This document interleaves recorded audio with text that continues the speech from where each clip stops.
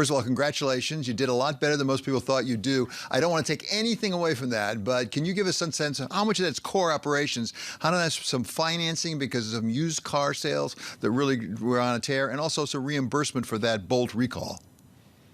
Well, I think it was all of those things. I mean, GMF has performed very strongly. We also saw, in light of the current environment, our China equity earnings were strong. But I think what the real story is how well we perform from trucks and full-size SUVs. We're selling every vehicle we can make, and I think that, along with the overall environment, is what allowed us to have a beat for the quarter. And I think it shows the strength of our underlying business. So I'm really proud of the team and everything that they accomplished. So the magic words there for me were every one you can make, because you can't necessarily make all the ones you'd like because of those supply chain problems. We've talked about it before. I know that it's continuing into next year. I guess my key question for you, Mary, is there anything at this point that can be done to speed up the time that you can get the microchips that you need? Well, we're seeing improvements in fourth quarter. We had indicated that Q3 would be the toughest for us, and then it was further impacted by COVID. But we're seeing a stronger performance now. We'll have a Q1 will be better than Q4. It will linger into next year, and we're right now our feeling is we'll be in a much better shape in the second half of 2022.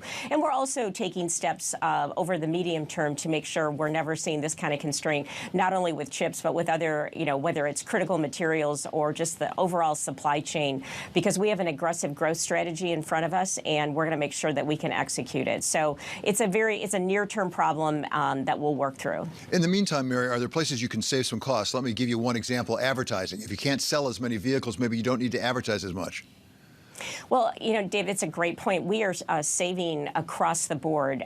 We're seeing a strong pricing environment. Obviously, we're adjusting what we're doing to match, the fact that we're selling every vehicle that we can. But also through COVID and through this crisis with semiconductors, we have found ways to make the business more efficient. We're working with our dealers to drive an increase in profitability for them, as well as improving our costs. And so across the board, we are always driving efficiencies, and that's an underlying strength of our organization, and that supports the strong earnings. Mary, let's talk about the perhaps longer term, and that's electric vehicles, something you've really embraced. You have some very aggressive goals for General Motors going out electric vehicles. We had some big news this week from a rival, starts with a T, won't necessarily name it, with some big fleet sales, particularly to Hertz. I know in the past you've been, I think, a little dubious about fleet sales because the margins get down. Where are you on fleet sales for electric vehicles? Are they different because you really want to get broad acceptance? Are you looking at fleet sales for electric vehicles? Well, if you look at BrightDrop, the commercial fleet and what we can do from a light commercial vehicle perspective with BrightDrop and the whole ecosystem that we'll support, I think is a huge opportunity. And that's some of the most profitable of fleet sales. We're looking at many different opportunities because with electric vehicles, you can really kind of reframe how the sales will be. And so we're looking at a number of opportunities, but I think, what we've announced is around BrightDrop. I'm very excited about that because that's just pure growth for us. But as I understand it, we shouldn't rule out the possibility that down the road General Motors might have a deal similar to Hertz deal. Well, in the past, we have limited rental cars because that generally was the least profitable type of fleet sales. As we reimagine how the business will look, we're not ruling anything out. Okay, and finally, Mary, we've talked a lot about back to the office. Since we talked last, there have been more and more vaccine mandates. Is that affecting General Motors operations? Do you anticipate it will?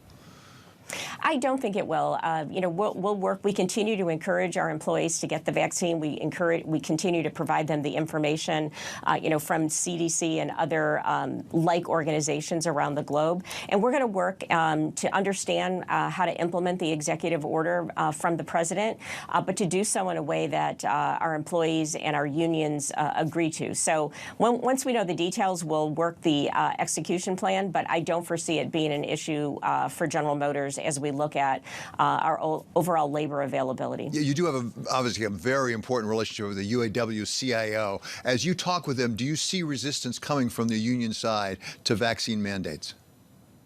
Well, I think that's a better question to ask the UAW. We're just working with them to provide information and encourage all of our employees to make the decision with the right information, and that's what we'll continue to do. And then again, we'll look at what the specifics are of the mandate and figure out how to implement.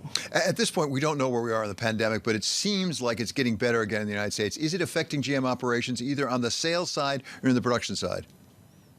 Actually, we're the biggest impact that's gating us right now, as we talked about, is semiconductors. But we've seen recovery from the impact in Q3 from some of our supply base that caused a little bit deeper impact. So I'm optimistic that we are through the worst of it. We've shared our safety protocols with our supply base around the world. So that's what gives me confidence that we're going to see a stronger Q4 and then a stronger Q1 and even as we get to the second half of next year, continued improvement. As you have that gating function, as you refer to it, Mary, with the semiconductors, are you seeing inflation either in the costs you're paying for inputs or the costs you can pass along to consumers?